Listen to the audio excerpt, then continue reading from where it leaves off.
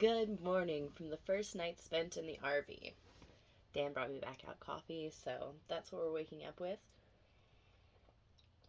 So let's talk about how the first night went. Um, Last night,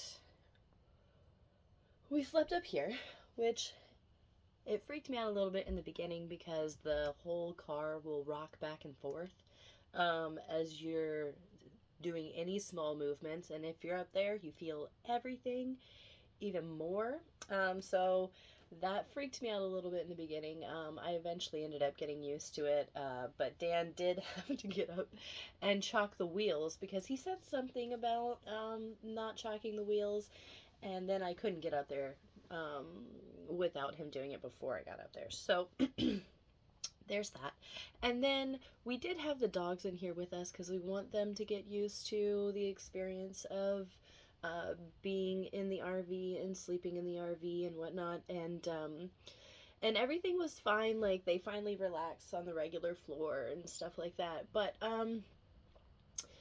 they are used to like sleeping in bed with us, and that's definitely not going to happen up there. So um, Zeke especially was being a giant baby, and at 4:30 in the morning kept whining, either because he was sad that he didn't have a regular dog bed to sleep in or our bed, or I honestly don't know why he was whining. But at 4:30 in the morning we woke up, got up, and kicked them out of the whole RV. We put them back in the house because we did just camp in our driveway because we wanted to kind of get the feel of it first, just a little bit.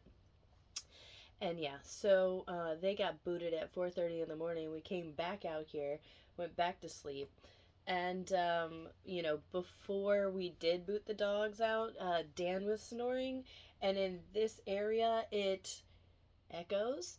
And then apparently, when we got back from booting the dogs out, I was the snorer. So then Dan had to listen to me, which kind of feels like sweet revenge since I listened to him for a while. So but we woke up this morning, and I feel like we've decided on some things that we would like to add. Mattress topper is definitely going to be one of them, just so that there's a little extra cushion for you to lay on, and you can't feel like the separation in the board right here. Um, and we definitely want to get some real wheel chocks instead of a rock that was around the fire pit. So first night went really well though, and we think it's actually the perfect size and the amount of space for what we'll be using it for, so that's exciting. And we woke up with beautiful sunshine out here. Yeah.